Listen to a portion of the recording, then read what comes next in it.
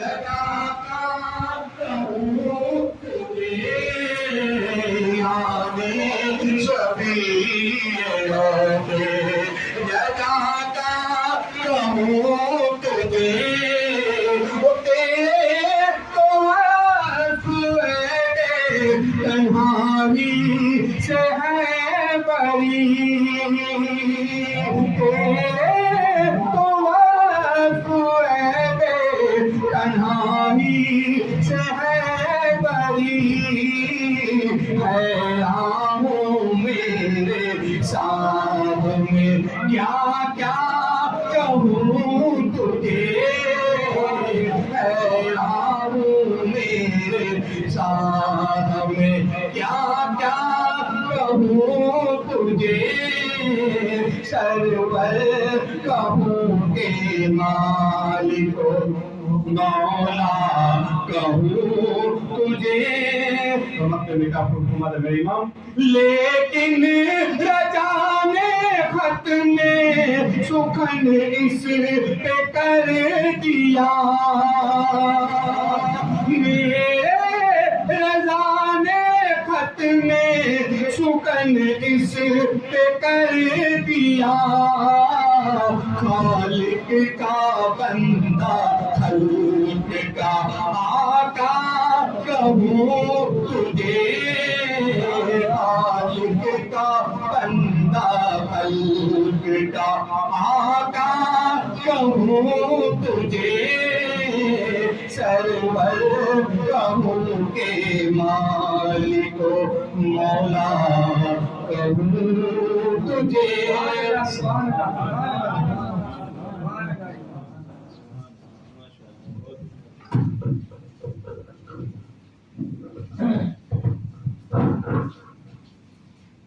السلام علیکم ورحمۃ اللہ تعالی وبرکاتہ. وعلیکم السلام الحمد للہ الذی فضل سیدنا ومولانا محمدا صلی اللہ تعالی علیہ وسلم علی العالمین جميعا واقامه یوم القیامۃ للمذنبین المتلوثین الخطائین الحالکین شفیعا فصلی اللہ تعالی علیہ وسلم وبارک علیہ ومن هو محبوب ومرضی لدی صلاة تبقى وتدوم بدوام ملك الحي القيوم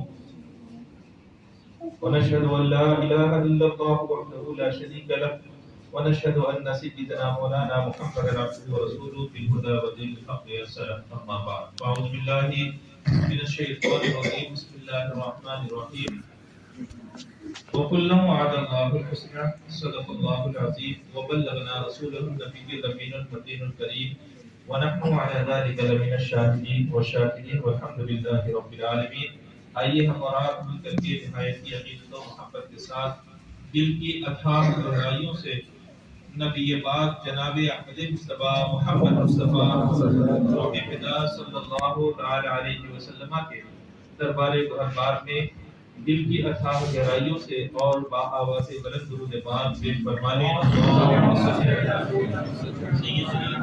مولانا محمد وعلى آل سيدنا مولانا محمد مبارک وسلم صلو علیہ صلاۃ وسلام علیک یا رسول اللہ. اللہ تبارک و تعالی اگر اپنی ہم یا رسول پاک صلی اللہ تعالی علیہ وسلم کی نعت پاک پڑھنے کی توفیق عطا فرمائے. واقعی یہ اللہ کا بہت بہت بڑا کرم ہے. اور پھر یہ کہ میں نے اختر صاحب کو دیکھا الحمدللہ عمومی طور پر اعلیٰ حضرت کی نعت پڑھتے ہیں. ان کی خاص ہے چونکہ وہ پڑھتے ہیں اس لیے وہ ہوتا ہے ورنہ نہیں ہوتا. میں بہت ساری چیزوں سے تھوڑا متاثر ہو جاتا ہوں. دو ہی شعر انہوں نے آخری میں پڑھے. تیرے تو وصف آئے بے تناہی سے ہیں بڑی. کبھی ہم نے سوچا ہی کیا ہے. ہم اللہ کو ہر عیب سے بے نیاز مانتے ہیں. ایک بات یاد رکھو رسول اللہ کو بھی ہر عیب سے بے نیاز مانتے ہیں. رسول اللہ کو بھی ہر عیب سے بے نیاز مانتے ہیں. بلکہ رسول اللہ جس کے بارے میں چاہ جائیں اللہ اپنے کرم سے اسے بھی عیب سے بے نیاز فرما دیا. جیسے کہ بڑے بڑے اکابر ہیں اولیاء کرام ہیں. حضرت غوث پاک رضی اللہ تعالی، حضرت ابوبکر صدیق رضی اللہ تعالی، یہ وہ اکابرین ہیں کہ اللہ کے حبیب صلی اللہ تعالیٰ علیہ وسلم کے صدقے طفیل میں اللہ نے انہیں بھی گناہوں سے محفوظ رکھا۔ اور پھر فرماتے ہیں حیران ہوں میرے شاہ، ارے ایک آدھ وصف ہو تو بیان کیے جائیں، ایک آدھ وصف ہو تو بیان کیے جائیں۔ یہاں سر سے پاؤں تک اللہ نے ہر وصف ایسا عطا فرمایا کہ ایسا وصف کسی کو نہ عطا فرمایا۔ مٹی پر قدم رکھ دے، مٹی پر اگر قدم رکھ دے، اگر وہ مٹی منحوس ہو تو بابرکت بن جائے۔ مٹی پر اگر قدم بار بار رکھ دیں تو وہی ریاض الجنہ بن جائے۔ چھو دیں تو اللہ اس میں بیماری کا اثر جو ہوتا ہے وہ ختم فرما دے۔ ایک صحابی کے بچے آئے، سرکار نے ان کے سر پر ہاتھ پھیر دیا، سارے بال سفید ہو گئے تھے بڑھاپے میں، لیکن جہاں سرکار کا ہاتھ لگا تھا وہ بال کبھی سفید نہ ہوئے، وہ کالے کے کالے ہی رہ گئے۔ صحابی آئے ہاتھ لے کر کے، اپنے ہاتھ میں لے کر کے، ایک جنگ میں سرکار نے لعاب دہن لگا کر کے آنکھ میں لگا دیے۔ صحابی کہتے ہیں بوڑھا ہو گیا تھا، دوسری آنکھ سے کم دکھائی دیتا تھا، لیکن سرکار نے جس میں لعاب دہن لگایا تھا پورا جسم بوڑھا ہو گیا تھا، لیکن وہ آنکھ کبھی بوڑھی نہ ہوئی۔ ہر وقت اسی لیے تو فرمایا نا، حیران ہوں میرے شاہ میں کیا کیا کہوں تجھے۔ ارے کیا انسان کہہ پائے گا؟ اللہ نے جب فرمایا کہ اے پیغمبر آپ کا پیدا کرنا مقصد تھا، اسی لیے میں نے کائنات کو پیدا فرمایا۔ یہ وہ چیزیں ہیں جو دل کو چھوا کرتی ہیں، یہ وہ چیزیں ہیں جو دل کو چھوا کرتی ہیں۔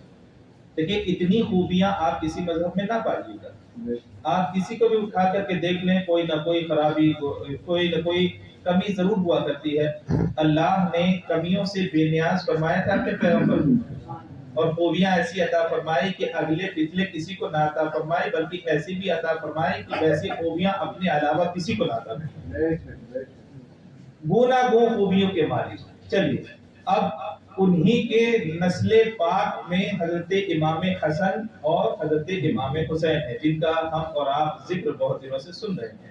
انہی کے بارے میں تو اعلیٰ حضرت نے فرمایا تیری نسل پاک میں ہے بچہ بچہ نور کا، تو ہے عین نور، تیرا سب گھرانہ نور کا، سب گھرانہ نور کا۔ الحمدللہ اللہ تبارک و تعالیٰ نے گونا گو خوبیوں کا مالک فرمایا۔ ایک موقع پہ میں نے عرض کیا تھا حضرت امیر معاویہ کے بارے میں ضرور عرض کروں گا۔ یہ وہ صحابی ہیں جن کے مقام اور مرتبے سے ہم واقف نہیں ہیں، دنیا ان کو برا بھلا۔ دیکھیے یہ صحیح ہے کہ حضرت امیر معاویہ رضی اللہ تعالیٰ عنہ یزید کے والد کرام، لیکن ہمارے مذہب میں ایک بات یاد رکھنا، بیٹے کے گناہوں کی سزا باپ کو نہیں دی جاتی، اور باپ کے گناہوں کی سزا بیٹے کو نہیں دی جاتی۔ بیٹا برا ہے تو اسی کو کہا جائے گا برا، باپ کو برا نہیں کہا جائے گا، اور اگر باپ برا ہے تو وہی ہوگا برا، بیٹے کو برا نہیں کہا جائے گا۔ ہر ایک سے وہی سوال ہوگا جو وہ کیا کرتا ہے۔ یہ صحیح ہے کہ یزید کے دور میں یزید کے حکم سے امام علی مقام کو شہید کیا گیا۔ اس میں بھی مختلف روایات ہیں، اس میں یہ ہے کہ یزید نے یہ کہا تھا کہ ان کو گرفتار کر کے لے آؤ، لیکن ابن زیاد کی زیادتی یہ کہ اس نے قتل کروا دیا، بہرحال یہ ایک الگ معاملہ رہا۔ لیکن اتنا یاد رکھیں حضرت امیر معاویہ رضی اللہ تعالیٰ عنہ صحابی، حضرت امیر معاویہ رضی اللہ تعالیٰ عنہ صحابی ہیں، بلکہ صرف صحابی نہیں، اکابرین صحابہ میں ان کا شمار ہوتا ہے۔ خود صحابہ کے بارے میں اللہ پاک نے فرمایا وَكُلًّا وَعَدَ اللَّهُ الْحُسْنَىٰ، ہم نے تو تمام صحابہ سے اچھے وعدے، جنت کے وعدے کر رکھے ہیں۔ تو جب وہ جنتی ہیں تو ظاہر سی بات ہے ان سے عداوت رکھنا جنتی صحابی سے عداوت رکھنا ہوا کہ نہیں ہوا؟ یقیناً یہ وہ ذات گرامی ہے جن کے بارے میں قرآن پاک خود ارشاد فرماتا ہے رضی اللہ عنہ، یہ وہ لوگ ہیں جن سے اللہ راضی ہے، ورضوا عنہ، اور یہ وہ لوگ ہیں جو اللہ سے راضی ہیں، اللہ سے راضی۔ دنیا میں کسی انسان کے بارے میں یہ آیت نازل ہوئی کہ اللہ ان سے راضی ہے، لیکن صحابہ کرام کے بارے میں اللہ پاک نے یہ آیت نازل فرمائی اور ارشاد فرمایا یہ مقدس ذات ہیں، مقدس ہستیاں ہیں کہ جن سے اللہ تبارک و تعالی راضی ہے، اور ظاہر سی بات ہے اللہ جن سے راضی ہوگا وہ بھی تو اللہ سے راضی ہوں گے، وَرَضُوا عَنْهُ، اور وہ لوگ اللہ تبارک و تعالی سے راضی، اللہ جس حال میں رکھے وہ اس حال میں رہنے کے لیے تیار رہا کرتے۔ سرکار کوئی حکم دیتے تو وہ یہ نہ فرماتے کہ اللہ کے پیغمبر ابھی بارش ہو رہی ہے یا پھر سردی ہے یا پھر گرمی ہے یا اس طرح کی باتیں نہیں آتی۔ آپ سوچو، آپ خود سوچ کر کے دیکھو، پہلی جنگ تھی نا جنگ بدر پہلی جنگ تھی نا، سب کو دکھ رہا تھا کہ نہیں دکھ رہا تھا؟ ادھر ہزاروں کی تعداد میں لوگ تھے، گھوڑے تھے، ان کے پاس اونٹ تھے، اوزار تھے، نیزے، سب کچھ تھے، ادھر کچھ بھی تو نہ تھا، ادھر کچھ بھی نہ تھا، نہ باقاعدہ فوج تھی، کچھ بھی نہیں۔ لیکن سرکار نے جب مشورہ فرمایا اور صحابہ اکرام سے پوچھا بتاؤ تو صحیح میرے صحابہ، کیا اللہ اور اس کے رسول کے نام پر جہاد کرنے چلو گے؟ اللہ اکبر، یہ بتاؤ صحابہ اکرام نے کیا جواب دیا تھا؟ یہی تو جواب دیا تھا پیغمبر ہم آپ کا کلمہ پڑھتے ہیں، آپ اگر سمندر میں کود جانے کا بھی حکم دیں گے تو ہم کود جائیں گے، ہم یہ نہ دیکھیں گے ہم کہاں جا رہے ہیں، ہم یہ دیکھیں گے ہمیں بھیج کون رہا ہے، ہمیں بھیج کون رہا ہے۔ یہ بہت بڑی بات ہوا کرتی ہے، اگر انسان کے دل میں یہ بات آ جائے تو وہ کبھی بھی مذہب کو چھوڑ کر کے ادھر ادھر نہیں جائے گا۔ تو یہ وہ لوگ ہیں جن کے بارے میں اللہ تبارک و تعالیٰ نے ارشاد فرمایا رضی اللہ عنہ، یہ وہ لوگ ہیں جن سے اللہ راضی ہے، اور رضوا عنہ، اور سرکار کیا فرماتے ہیں آپ کو پتہ ہے؟ سرکار ان کے بارے میں فرماتے ہیں یاد رکھو جو صحابی ہوگا وہ گنہگار نہیں ہوگا، جو صحابی ہوگا وہ گنہگار نہیں ہوگا، وہ ظالم نہیں ہوگا، وہ ناانصافی نہیں کرے گا، وہ کسی کی خیانت نہیں کرے گا۔ یہ اوصاف ہیں صحابہ اکرام کے، اسی لیے سرکار نے خود فرمایا اصحابی کلہم عدول، میرے تمام صحابہ عادل ہیں، میرے تمام صحابہ یہ عادل ہیں۔ تو عدل کون کرے گا؟ جو خود اچھا ہوگا وہ نا، جو خود اچھا ہوگا وہ۔ اور آپ جانتے ہیں حضرت امیر معاویہ رضی اللہ تعالیٰ عنہ کا کتنا قریب رشتہ ہے، اگر والدہ کی طرف سے دیکھا جائے تو چوتھی پشت کے بعد سرکار سے یہ نسب مل جایا کرتا ہے، اور سرکار کے سگے سالے حضرت امیر معاویہ رضی اللہ تعالیٰ، سگے حضرت ام حبیبہ رضی اللہ تعالی عنہ جو حضرت ابو سفیان کی بیٹی ہیں، وہ نبی پاک صلی اللہ تعالی علیہ وسلم کی زوجہ محترمہ ہے، تو آپ کی سگی بہن سرکار کے نکاح میں، تو آپ کیا ہوئے؟ آپ کے رشتے کے اعتبار سے دیکھو تو سگے سالے۔ اسی وجہ سے بہت سارے مفکرین نے حضرت امیر معاویہ کو اس امت کا ماموں کہا ہے، اس امت کا ماموں کہا ہے۔ بھئی اس رشتے کے اعتبار سے دیکھو تو ایسے ہی ہو۔ حضرت امیر معاویہ رضی اللہ تعالیٰ عنہ الحمدللہ ان چنندہ صحابہ اکرام میں تھے کہ جن کے بارے میں یہ آتا ہے کہ جب قرآن کریم نازل ہوتا سرکار مخصوص صحابہ کو ہی فرماتے تھے کہ اسے لکھ لینا، اسے لکھ لینا۔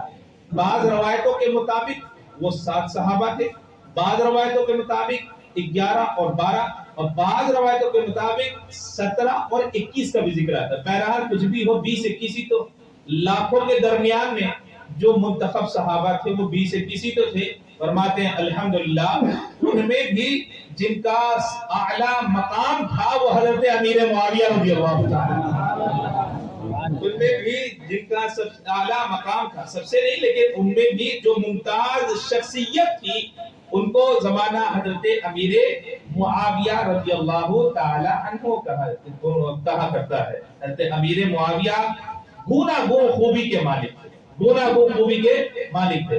آپ کو میں نے بتایا تھا حضرت عمر رضی اللہ تعالی عنہ بہت گورنروں کے معاملے میں بہت محتاط، بہت زیادہ محتاط تھے۔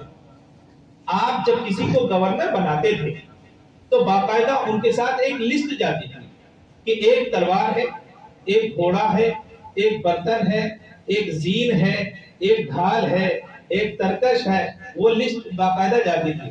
اور جاتے وقت ارشاد فرماتے تھے تم جا رہے ہو جب واپس آؤ گے تو اتنا ہی سامان ہونا چاہیے، اس سے زیادہ نہیں۔ آج ایسا کوئی گورنر دکھا دو نا، ایسا کوئی گورنر زمانے میں دکھا دو،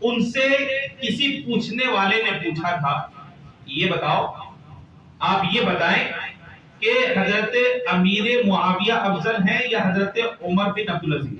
یہ حضرت عمر بن عبدالعزیز کو وہ بھی سن لیجیے. حضرت عمر بن عبدالعزیز یہ صحیح ہے کہ صحابی نہیں ہے؟ یہ صحیح ہے کہ صحابی نہیں ہے.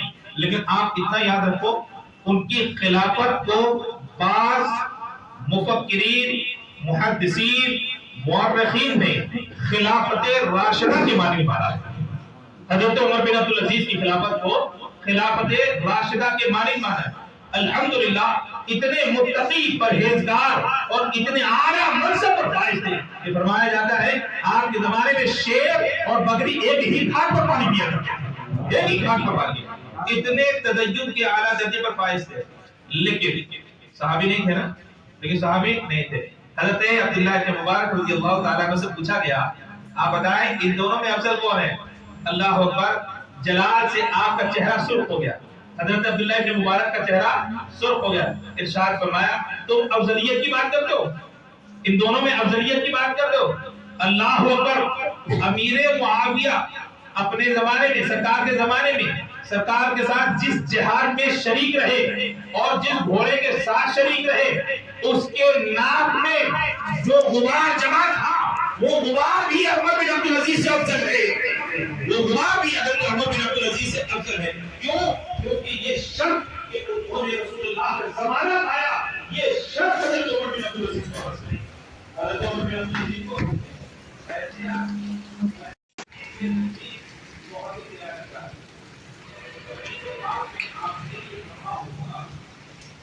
سب سے عظیم کتاب جو ہے وہ سب سے عظیم کتاب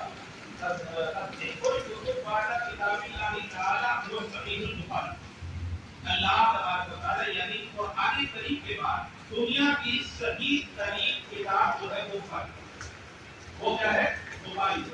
امام محمد بن اسماعیل نام بخاری لقب حضرت امام محمد بن اسماعیل یہ نام حضرت امام بخاری حضرت امام مسلم یہ وہ لوگ ہیں کہ جو روایتوں کو بہت ہی بیان کرتے اور بہت ہی گول چیز کر کے نکالتے تھے.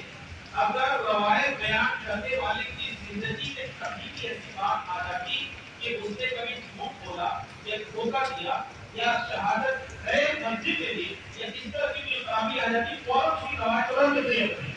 فوراً اس کی روایت کو رد کر دیا کرتے ہیں. حضرت امام مسلم سے تو یہاں پہ روایت ہے، حضرت امام مسلم رضی اللہ تعالیٰ عنہ سے تو یہاں پہ روایت ہے کہ آپ ایک مہینے کی مسافہ میں نہیں کرتے جو بھی حدیث پاک کے لیے گئے ایک مختصر کی حدیث پاک کے لیے گئے تھے تو جن سے حدیث پاک کو لینا تھا ان کو دیکھا وہ گھر سے باہر ہے، ان کا گھوڑا چھوٹ گیا ہے، وہ ہاتھ میں کچھ لے کر کے گھوڑے کو بلا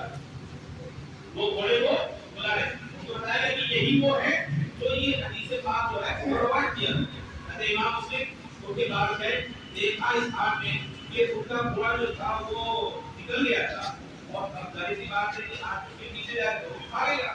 لہٰذا اس کو بلانے کے لیے پکڑنے کے لیے انہوں نے ہاتھ میں کوئی بھی دکھا سکتا ہے اپنے جانوروں کو بلانے کے لیے بکری ہو بھیڑ ہو کوئی بھی آدمی ایسے کرتا ہے کہ نہیں کرتا کہیں ہاتھ میں کچھ ہے لہٰذا جانور آ جایا کرتا ہے. جو آ جاتا ہے اس کی نظیر کو پکڑ لیتا ہے، اس کی نظر کو پکڑ لیا کرتا ہے. وہی وہ کر رہے تھے.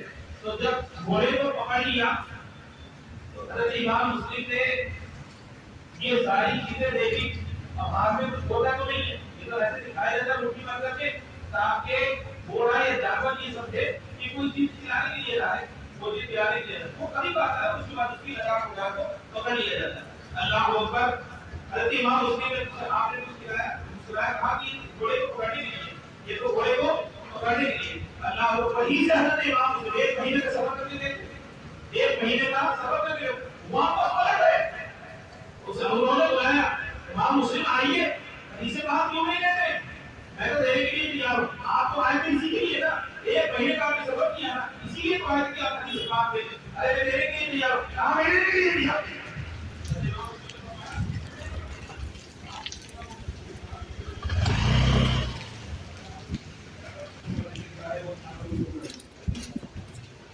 یہ تدین کا عالم ہے جو جانور کو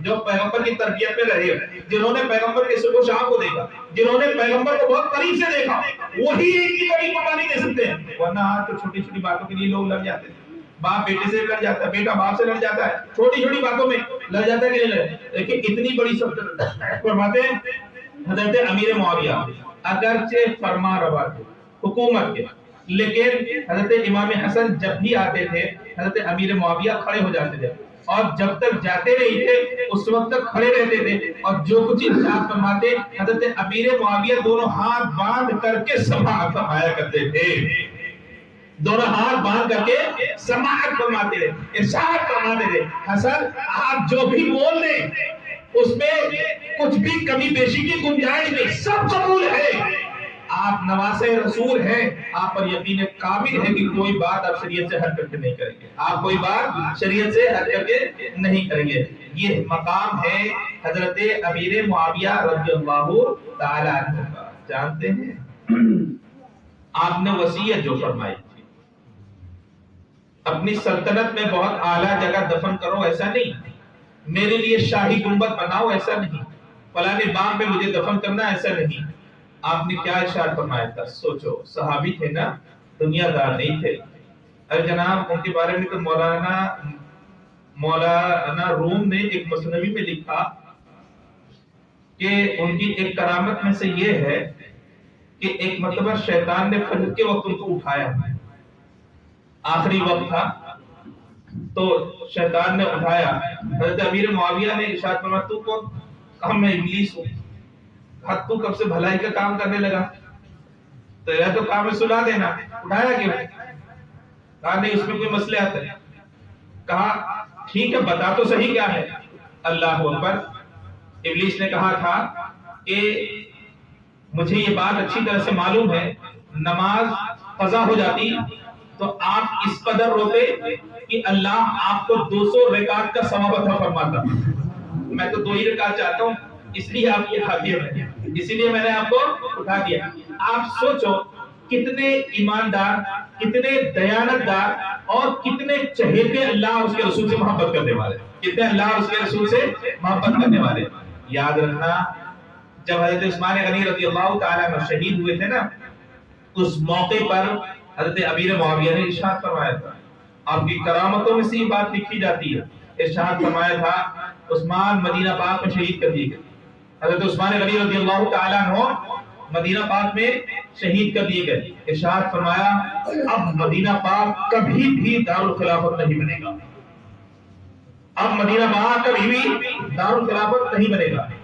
آپ نے ارشاد فرمایا مکے سے لوگوں نے نبی پاک صلی اللہ تعالی علیہ وسلم کو نکالا، مکے سے نکلنے پر مجبور تھے، یہ مجبوری سرکار کی نہیں تھی، یہ الفاظ تاریخ کے اعتبار سے کہے جاتے ہیں، لیکن بظاہر تو یہی ہوا تھا، بظاہر تو یہی تو ہوا تھا، لوگ تلوار لے کر کے آ گئے تھے نا مارنے کے لیے، تو اب اس وقت نکالے تو حضرت امیر معاویہ فرماتے ہیں کہ مکے کے لوگوں نے مجبور کیا سرکار کو نکلنے پر، جب سرکار نکل گئے تو پلٹ کر کے رہنے کے لیے کبھی نہ گئے، عمرہ کرنے کے لیے گئے، حج کرنے کے لیے گئے، مکہ فتح ہوا گئے، لیکن رہائی دوبارہ انہوں نے نہیں اختیار کیا، اور دوبارہ مکہ المکرمہ کبھی دارالخلافت نہ بن سکا۔ اسی طرح سے حضرت عثمان غنی رضی اللہ تعالیٰ عنہ اب شہید کر دیے گئے ہیں، اب مدینہ پاک کبھی دارالخلافت نہ بن سکے گا۔ اللہ اکبر۔ آج سے 1400 سال پہلے حضرت امیر معاویہ رضی اللہ تعالیٰ عنہ نے یہ بات کہی تھی، آج تک مدینہ پاک جو ہے وہ عرب کا دارالسلطنت نہیں بن سکا، آج تک نہیں بن سکا۔ فرما دیا تو فرما دیا، فرما دیا تو فرما دیا۔ یہ بڑوں کی زبان ہوا کرتی ہے، یہ بڑوں کی بات ہوا کرتی ہے، اور اس میں یہ چیز ہوتی ہے کہ جو فرما دیا کرتے ہیں وہ بات صحیح ہو جایا کرتی ہے۔ حضرت امیر معاویہ رضی اللہ تعالیٰ عنہ کا معاملہ بھی تو ایسے ہی تھا، آپ نبی پاک صلی اللہ تعالی علیہ وسلم سے بہت زیادہ محبت کرتے تھے۔ آخری سفر انسان کا وہ سفر ہوتا ہے جس میں انسان کے اوسان خطا ہو جاتے ہیں، انسان سوچنے پر مجبور ہو جاتا ہے کہ یہ آخری سفر کروں گا کیسے، کیوں؟ وہ سب سے لمبا سفر ہوتا ہے، وہ سب سے لمبا۔ بظاہر ایسا لگتا ہے انسان کی دھڑکنیں بند ہو گئی، دھڑکنیں بند ہو گئی، آنکھ بند ہو گئی، اسے نہلایا گیا، اسے کفنایا گیا اور اس کے بعد دفنا دیا گیا۔ نہیں جناب، ابھی تو سفر کا سلسلہ شروع ہوا، ابھی تو دنیا میں صرف ٹریننگ دی گئی تھی،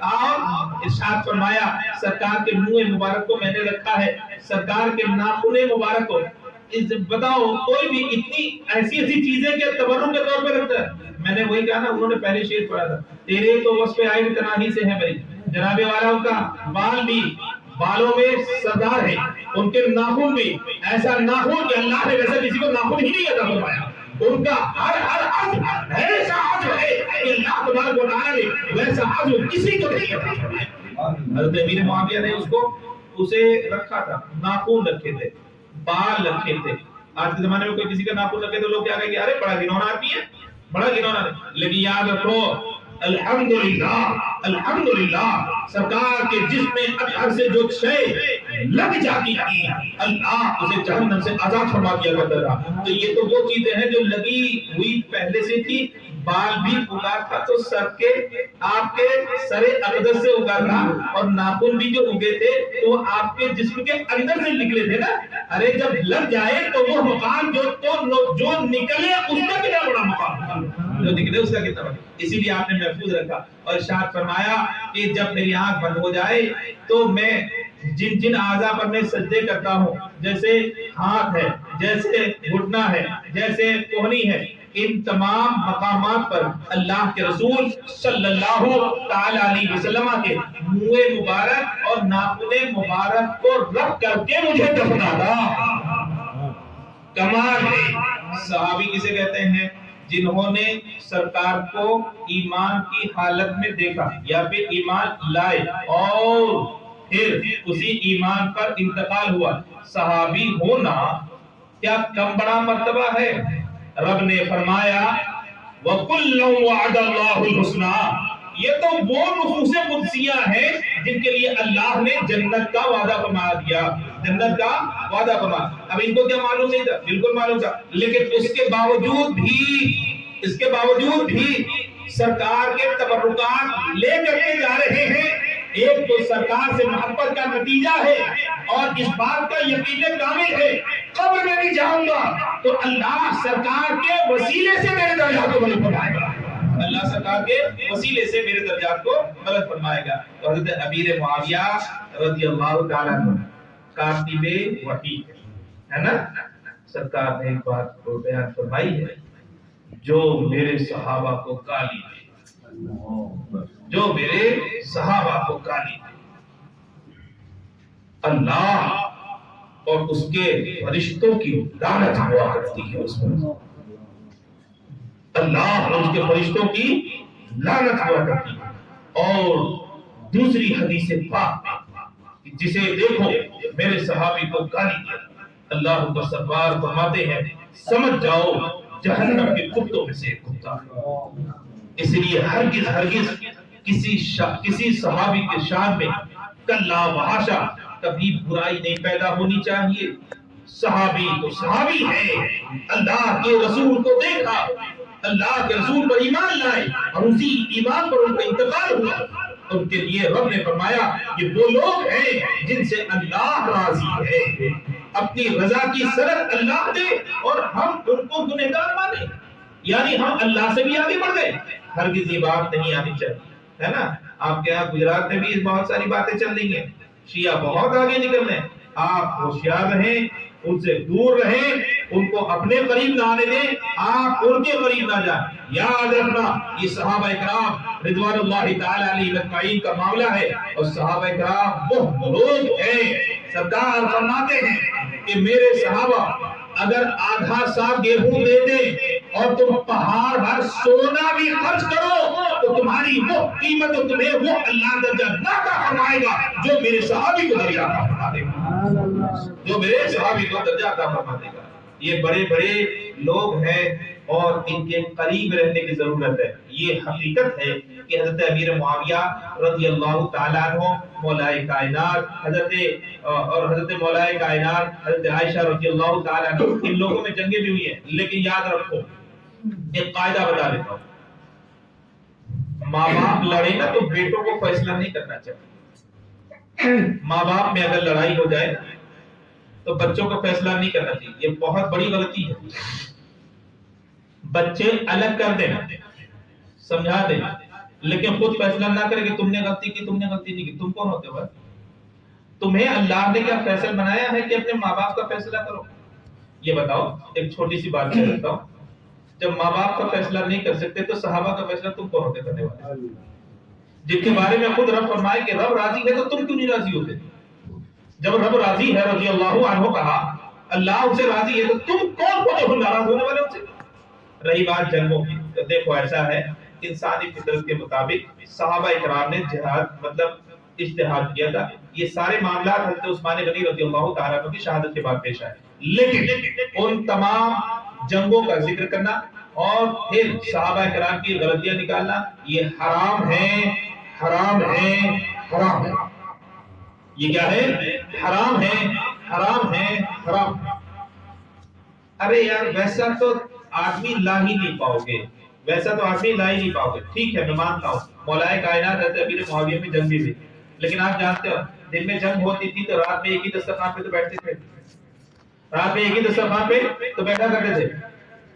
ایک بادشاہ نے حضرت امیر معاویہ کو سپورٹ کرنے کی بات کی. یوکرین کو بہت سارے لوگ سپورٹ کر رہے ہیں، پورا نیٹو سپورٹ کر رہا ہے کہ نہیں کر رہا؟ نیت اچھی ہے کیا ان کی؟ بولو اچھی ہے کیا؟ دنیا تو یہ چاہتی ہے کہ یہ دو طاقتیں لڑتی رہیں، باقی وہ بیٹھ کر کے اپنا تماشا دیکھتے رہیں. سب آپ جانتے ہیں اچھی طرح سے. اس زمانے میں بھی عیسائی بادشاہ نے حضرت امیر معاویہ کو سپورٹ کیا تھا. کہا تھا امیر معاویہ آپ حکم دیں لاکھوں کا لشکر لا کے کھڑا کر دیں گے، آپ حکم دیں مولا کائنات کے بالمقابل لاکھوں کا لشکر لا کے کھڑا کر دیں گے. یا اللہ تاریخ اس بات کی گواہ ہے. حضرت امیر معاویہ نے جو خط لکھا تھا اتنا جلال بھرا خط تو میں نے کبھی دیکھا بھی نہیں. ارشاد فرماتے ہیں یا کل بیونل کل، یہ مسجد میں اس کا ترجمہ کر لو، کتے کے بچے. یہ کہا اللہ اکبر. ارشاد فرمایا ہم صحابی رسول ہیں، ہم صحابی رسول ہیں، اور ایک غیر مسلم کو اپنے اوپر مسلط کرائیں گے ہرگز امیر معاویہ گوارا نہیں کر سکتا. یہ حضرت امیر معاویہ یہ کبھی بھی گوارا نہیں کرتا. اتنا صاف دل کا آدمی تم ڈھونڈو گے بھی تو تاریخ میں ملنا مشکل نہیں، بہت مشکل ہوگا. لہذا ان کے مشاجرات، ان کی جو جنگیں، اس میں پڑھنے کی کوئی ضرورت نہیں ہے. اللہ نے انہیں اچھا کہا ہے، لہذا ہمیں بھی حکم ہے کہ ہم بھی ان کو اچھا کہیں. اللہ ان سے راضی ہے تو ہمارے لیے بھی حکم ہے کہ ہم بھی ان سے راضی رہیں.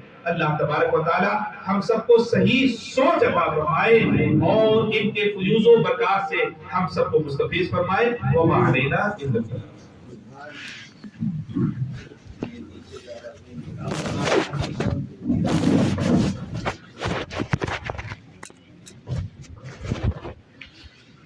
مستغفر جانی رحمتنا کو سلام شمع قصبِ ہدایتنا کو سلام شہریار رحمت جدا میرا مرشد یار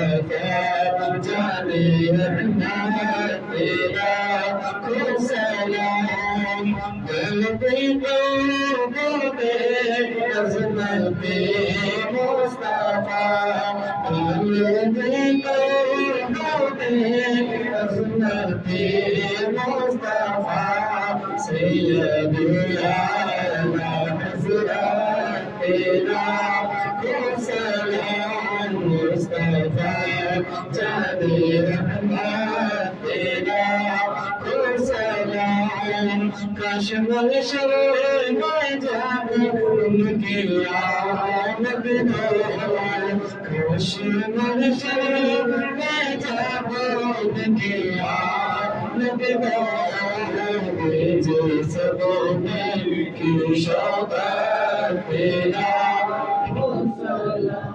مصطفیٰ جانی رحمت پیدا سلام، مجھ سے خدمت کے بعد سے کرے آغاز، مجھ سے خدمت کے بعد سے کرے آغاز، مصطفیٰ جانی رحمت پیدا سلام، شمع بزم ہدایت پیدا سلام.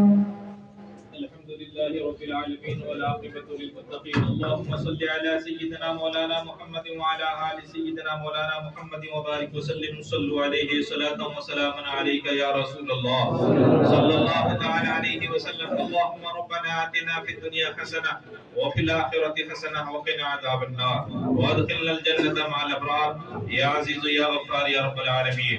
اللهم ربنا تقبل منا إنك أنت السميع العليم وتب علينا إنك أنت التواب الرحیم. یا اللہ یا رحمان یا رحیم، مولا کریم ہماری ان مجالس مبارکہ کو اپنی بارگاہ میں شرف قبولیت عطا فرما. اس کے سجانے میں سنوارنے میں جو بھی حضرات تعاون کر رہے ہیں مولا کریم ان کے تعاون کو قبول فرما. ان کے علم عمر میں اقبال میں بلندیاں عطا فرما. مولا یہاں پر جتنے بھی حاضرین ہیں سب کے علم عمر میں برکتیں عطا فرما. دونوں جہان کی فلاح عطا فرما، سعادتیں عطا فرما، اچھائیاں عطا فرما. مولا برائیوں سے ہم سب کی حفاظت فرما لے، نافرمانیوں سے ہم سب کی حفاظت فرما لے. مولا اس ماہ کا ہم سب کو صدقہ عطا فرما دے. مولا کریم اچھوں کے صدقے تو پیر میں سبوں کے گھروں میں رحمتوں کا نزول فرما، سب کو آفت و بلیات سے محفوظ فرما. مولا اچھوں کے صدقے میں ہمارے ایمان میں مضبوطی عطا فرما، تسلط الدین عطا فرما، استقامت عطا فرما. مولا جب تک جیے تیرے مذہب سے وابستہ رہنے کی توفیق عطا فرما. مولا کریم ہم سب کا ایمان پر خاتمہ عطا فرما. مولا ہم سب کو کل بروز قیامت اچھوں کے صف میں شامل فرما لے. مولا کریم کل بروز قیامت سرکار کے ہاتھوں سے آب کوثر عطا فرما، سرکار کی شفاعت کبریٰ عطا فرما. مولا کریم اچھوں کے صدقے طفیل میں ہم سبوں کے گھروں میں رحمتوں کا نزول فرما، حرامت و بلیات سے مولا ہماری حفاظت فرما. مولا کریم خصوصیت کے ساتھ مسلمانوں کے لیے رزق کے دروازوں کو کھول دے، ان کے جائز کاروبار میں ترقی عطا فرما. سب کو رزق حلال عطا فرما. رزق حلال سے مولا ہم سب کو، مولا رزق حرام سے ہم سب کی حفاظت فرما. رزق حلال میں وسعت عطا فرما، خیر و برکت والی زندگی عطا فرما. مولا ہم حاضرین میں سے جن کے خاندان خیش و وقاری والے بیمار ہو شفا کلی عطا فرما.